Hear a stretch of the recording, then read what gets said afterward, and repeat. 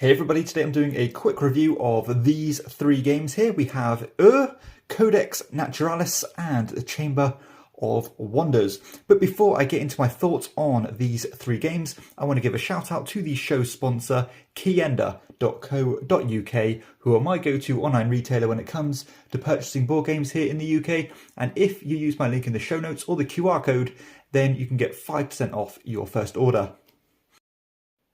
Okay, so I'm going to start with my least favourite and work my way up to my most favourite, which, to be honest, is not saying much because I'm not a big fan of either of these games. But we're going to start here with Now, is a game by Paolo Mori. So Paolo Mori, a very popular designer, has made some very popular games such as Libertalia, Ethnos, Blitzkrieg and Caesar. A really versatile and interesting designer.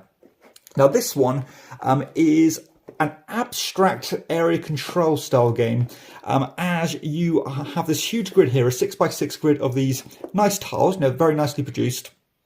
And what you're trying to do is you're trying to spread your influence on these tiles. And if you have any influence on these tiles at the end of the game, which is when all the tiles have been kind of used, I suppose, you are going to put them into sets, and then the sets will score you points based on a sliding scale. Now, it's quite interesting how the board is not only the actual board state, but also the actions you can use, because whenever you play a tile, you replace it with one on the board, pick the tile back up, and then those are the actions you can take, and they are double-sided. And you have this kind of multi-use system where you can either use both of the abilities on the tile, you can use one of the abilities, or you can use none of them. Now, the fewer abilities you use, it means you can put presence on tiles that you already have, or even claim a tile that's not been chosen yet.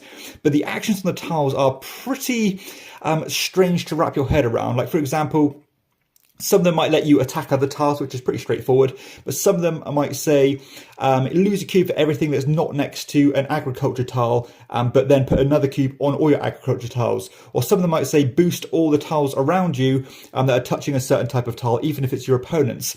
And even though there are only a few of these abilities, there's only like 5 or 6 of them, I actually found it really difficult to digest and internalize the rules because they were quite esoteric in the way that they worked. And again, but despite being quite a low rules overhead, there's only like 2 sheets of rules. Both me and my opponent found it very difficult to, again, learn those rules and understand what all the abilities did. And to be honest, we struggled to understand why we were doing what we were doing. Just all the different parts and moving parts of the game were not clicking together and they weren't gelling for me. And I found it really hard to abstract any fun from this one, or to extract any fun from this one.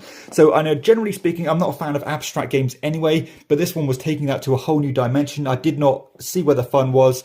I really did struggle to understand where all the different, again, mechanical parts were coming together.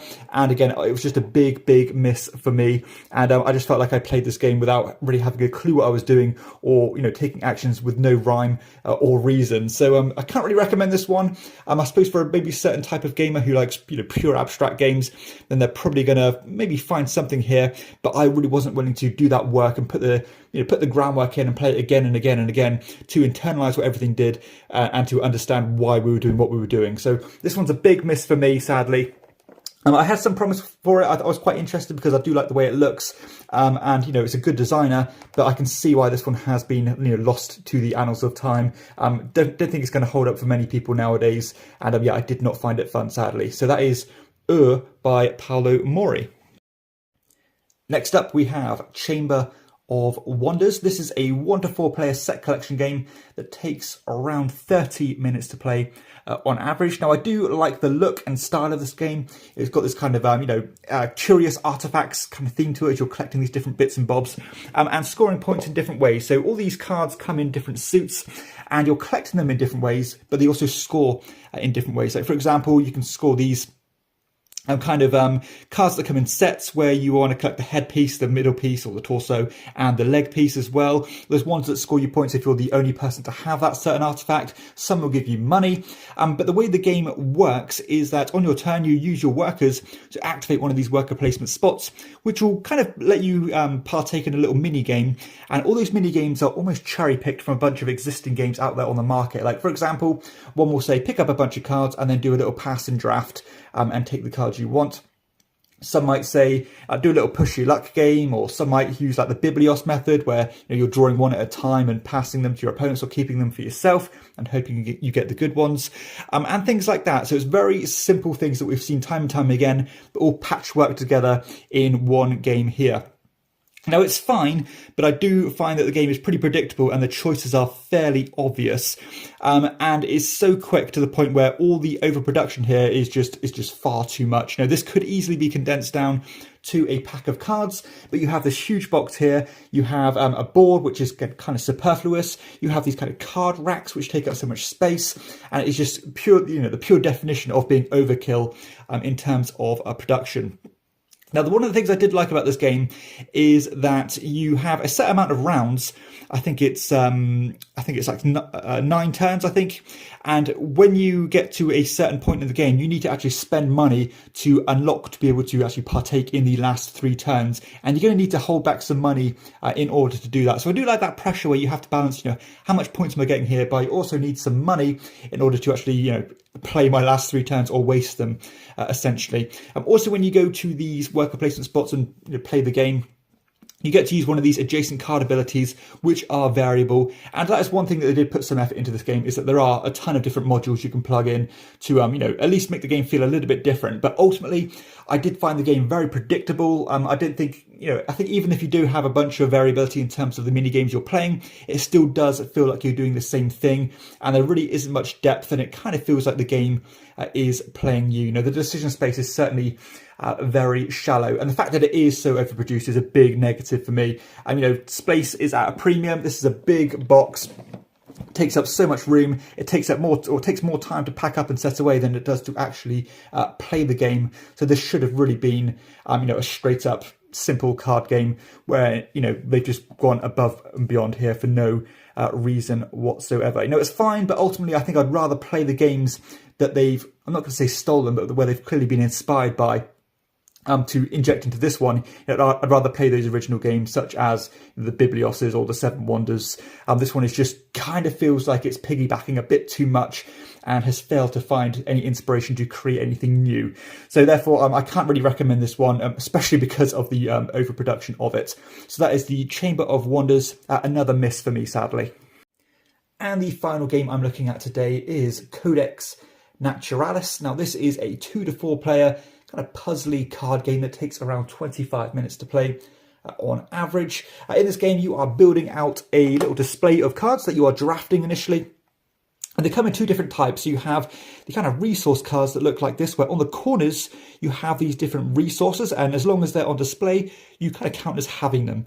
And the other ones are the actual scoring cards, where you kind of overlap the corners, and as long as you have the prerequisites on them, then you're going to score those cards in different ways, just giving you straight up points, or even giving you points based on different criteria. Like you can see here, for every corner you have covered on this card, you'll get 2 points. There's also some public objectives you're working towards, like here, for every scroll you have on display at the end of the game, you'll score 2 points, etc.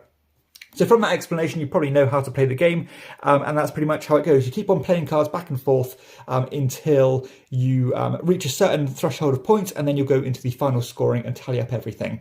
One thing I love about this game is the way that it looks. It has a very striking visual appeal to it. If you look at the cards here, they have a very nice art style, and they even have this kind of gold gilding on them, which looks really cool, and it has a real kind of deluxe feel to it, despite being a very small and affordable game. So they definitely made it look different, and it looks quite striking when it's on the table.